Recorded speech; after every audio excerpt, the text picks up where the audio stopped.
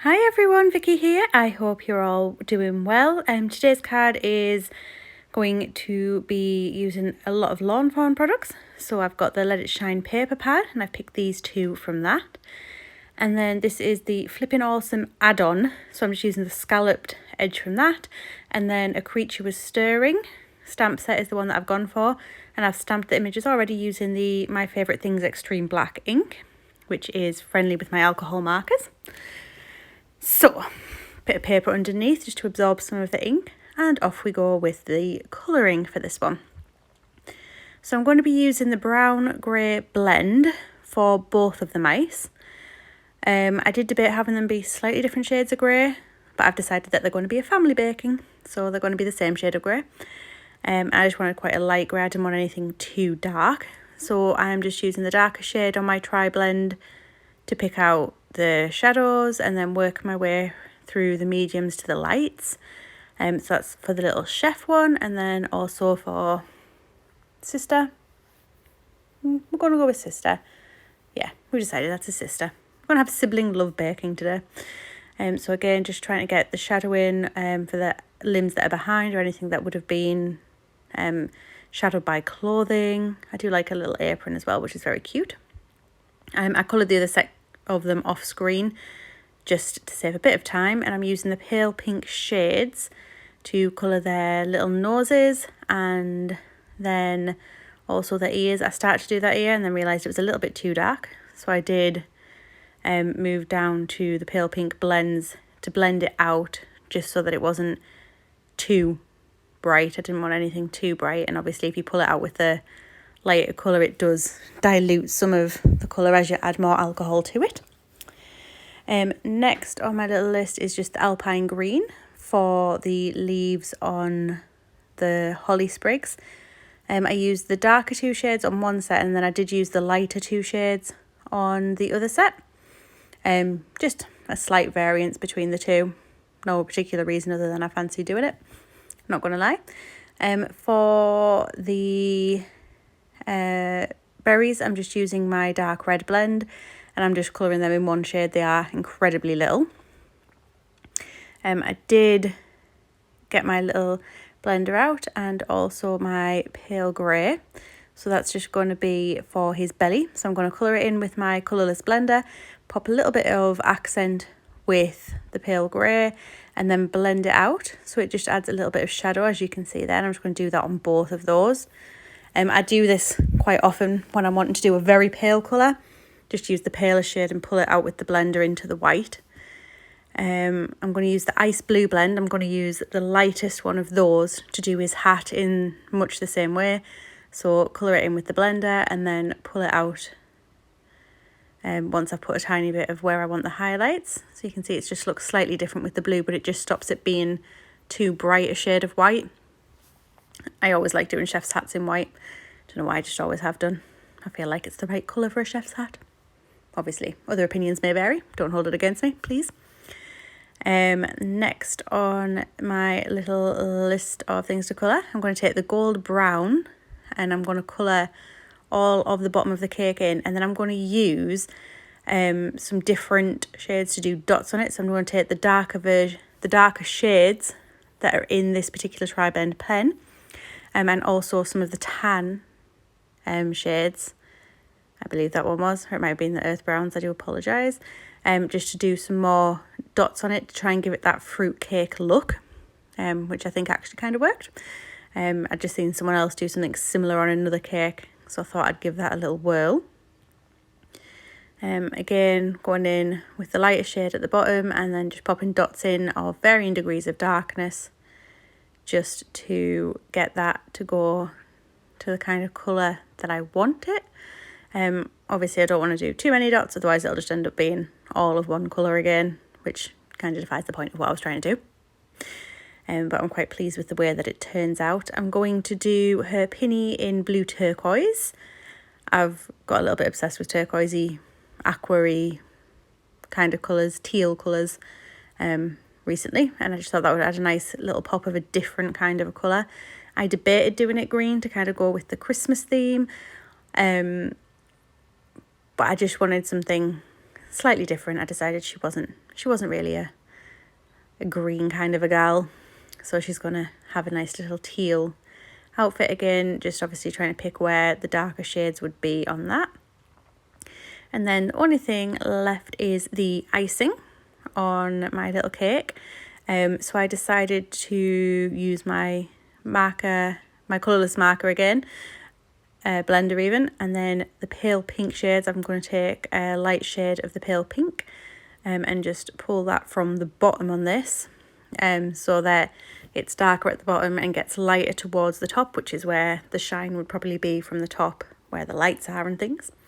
And then I'm just going to do the same on the other one, so bear with me while I do that. I do also realise that I haven't coloured in the bands on the aprons. I coloured those off screen because I realised as I went to cut them that I hadn't actually coloured them, and I just coloured those with the gold yellow pen, just with one shade of gold yellow just for a little trim. So they're going to get cut out with the corresponding dies. So I'm just going to push them to one side and get my Misty out and then decide which way up I want it. So these are just cut out from some Nina cardstock using the add-on that I showed you at the beginning of the video. So what I want to do is just position roughly where I want them, my cake and my little mice, like that, so that I can make sure I get my sentiment exactly where I want it. So I'm going to actually use the Not a Creature Was Stirring is going to go on the front, and then on the inside I'm going to have Except in the Kitchen, just to finish off that little sentiment. And I'm going to try and get that nicely lined up and pick it up with the door of my Misty. And then once that's done, I can just move those little pictures out of the way for now, because I know it'll go in the right place. So this is the Red Chili Prism ink. So I'm just going to dab that on there and give it a press down. And then I think I did end up giving it a second go over, just to make sure it was a really nice crisp impression. I do really quite like red on white stamping. I think it looks very pretty. Obviously these are exactly the same size, so if I stamp my image again, it'll go in exactly the same place on the second one. I'm just going to pop that on there, and then I'm just going to put those aside to dry. So I've put those backing papers onto my card blanks, which are just 4 1/4 by 5 1/2, and I've just used some glue and some double-sided tape for that.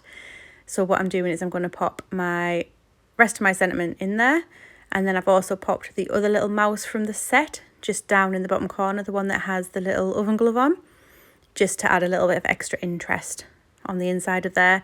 And underneath the main sentiment I've also just typed Have a Joyful Christmas as well. Not typed, stamped, do apologise.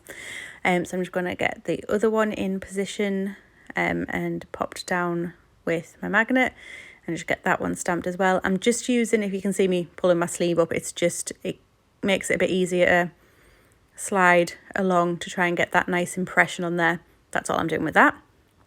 So inside of the cards are done, the backing paper's put on them. So now I need to assemble my focal panels.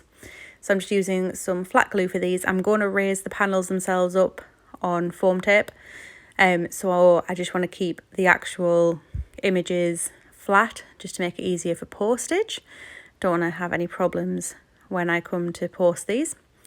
So just using my tweezers to try and position these. Again, using the sentiment as kind of a benchmark of roughly where I want to position them. And I am just doing them one then the other, then one then the other again, so I can get those in place. That glue stayed a bit wetter than I thought it would, I think. But I think from here you can also see the icing looks quite nice with the little blend that I put in, so I'm very pleased with that. The more I look at it, the happier I get with it. And then I'm going to put my little chef mouse to the left hand side of the cake, and then obviously I need to put the little girl mouse on the other side because she's raising her hand and it would look really weird if she was facing the wrong way. So I'm just going to pop some glue on there. It does look like I'm struggling with my glue. Believe it or not, there is still quite a lot in there. It just seems to be a never-ending tub, but it's finally started to put up a bit of a fight to get it out now. So I've kind of started keeping it upside down to make it a bit easier. And I am just going to pop some acrylic blocks on just to keep those pieces in place and give them a little bit of extra weight, just so they stay down a bit better until the glue dries. So I'm going to pop her down on that one, and then move the block over to cover her as well, and then just move the block slightly so I can actually get her in on the other one. And just pop some glue on her. I do think lawn fawn does mice really nicely. They're just really, really cute. They've all got lovely little faces and expressions, which I find adorable. And then pop her down there. And then what I'm going to do to put the holly in place on these is, rather than trying to hold the holly and get the glue on the back of the holly, I'm just going to do a dab of glue onto where I want it on the actual image, so in the middle of the top of the cake. And then I'm just going to use my little picky up tool, which is actually for diamond art. I don't have a proper pick up tool, so I'm just using this little pink thing that came with my diamond art, and it seems to do the trick really well.